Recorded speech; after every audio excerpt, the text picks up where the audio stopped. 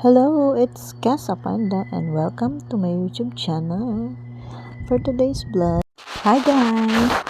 Today, magluluto nga pala ako ng gulay. Familiar po ba kayo niyan? Yan po ay bulaklak ng kalabasa. Hiningi ko lang po yan sa aking kumare. Sabi ko, ay dami namang bulaklak ng kalabasa nyo. Kinakain nyo ba to? So parang hindi daw ata sila nangangain yan. So hiningi ko lang po yan. Tamang-tama po ay sobrang tagal ko na pong nag-crave niyan. Sobrang tagal na pong panahon. Salamat po at makakatikim na po ako niyan. Yan po ang ginawa ko lang ay tinanggal ko yung mga hindi pwedeng kainin. Tapos next ko dyan ay yung okra na ginayat ko lang, yung sitaw, and yung gulay na pangpakbet po sana na binili ko po sa palengke. Yan na po lahat ng mga ingredients na gulay. And sinamahan ko lang po yan ng kamote. Binalatan ko lang po yung kamote and hiniwa ko lang po siya ng tamang hiwa lang po. Yan po ay bigay rin ng aking kumare. Shout out sa aking kumare na napakabait. Binigay niya lang yan sa akin. Sana po ay gagawin ko yan na ginataan yung kamote na yan, so hindi ko na siya niluto. Sinawag ko sa gulay.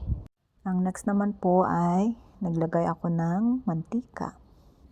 Para po, igisa ko naman po yung natitirang chicken dito. Gusto ko kasi may chicken yung gulay. And yan lang po kasi available dito, yung chicken namin. Wala po kaming fork. So, ang gagawin ko lang dyan, ay lutuin ko lang po yan ng bagya. Parang isang kutsak ko lang po, mag-brown siya. Tinakpan ko pala dyan. And wait ko lang po yan maluto. And lalagyan ko na yan mamaya ng mga pampalasa tulad ng asin at paminta.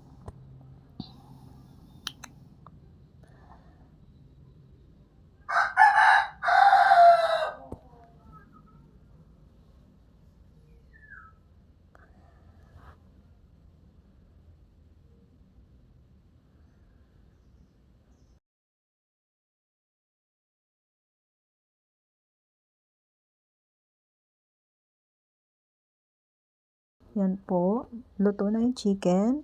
Lagay ko na po yung bawang at sibuyas. After ko mailagay yung bawang at sibuyas, isunod ko ang kamote at kalabasa. Lobat na pala ang cellphone ko, kaya wait ko na lang mamaya po. Naglagay po ako doon ng 1 cup of water.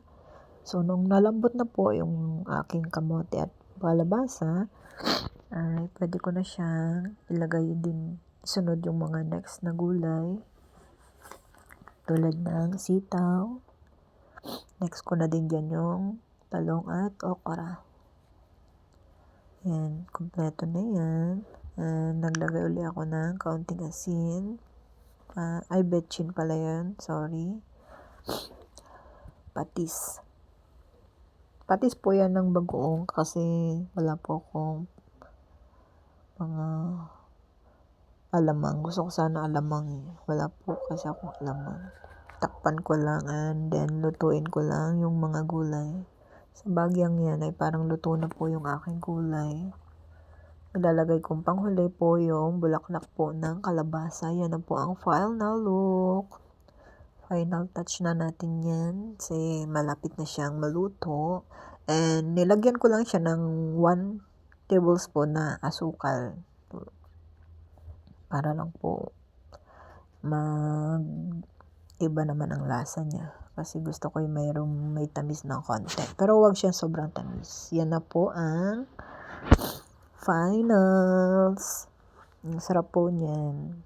Napaka-healthy po niyan. Wala akong masyadong pinaglalagay dyan. Luto na ang pakbet. Sana walang bagoong. So, yun lagay ko diyang ipatis. Pero, part pa rin yun ng bagoong.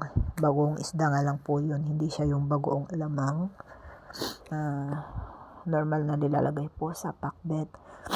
Magpa-plating na lang po ako dyan. Yan na, kakain na. Thank you so much po sa aking mga viewers. Palagi pong manonood o nanonood po ng aking mga video. Thank you so much guys. Please like, comment, and subscribe to my YouTube channel, Kes Apanda. Bye-bye! Thank you!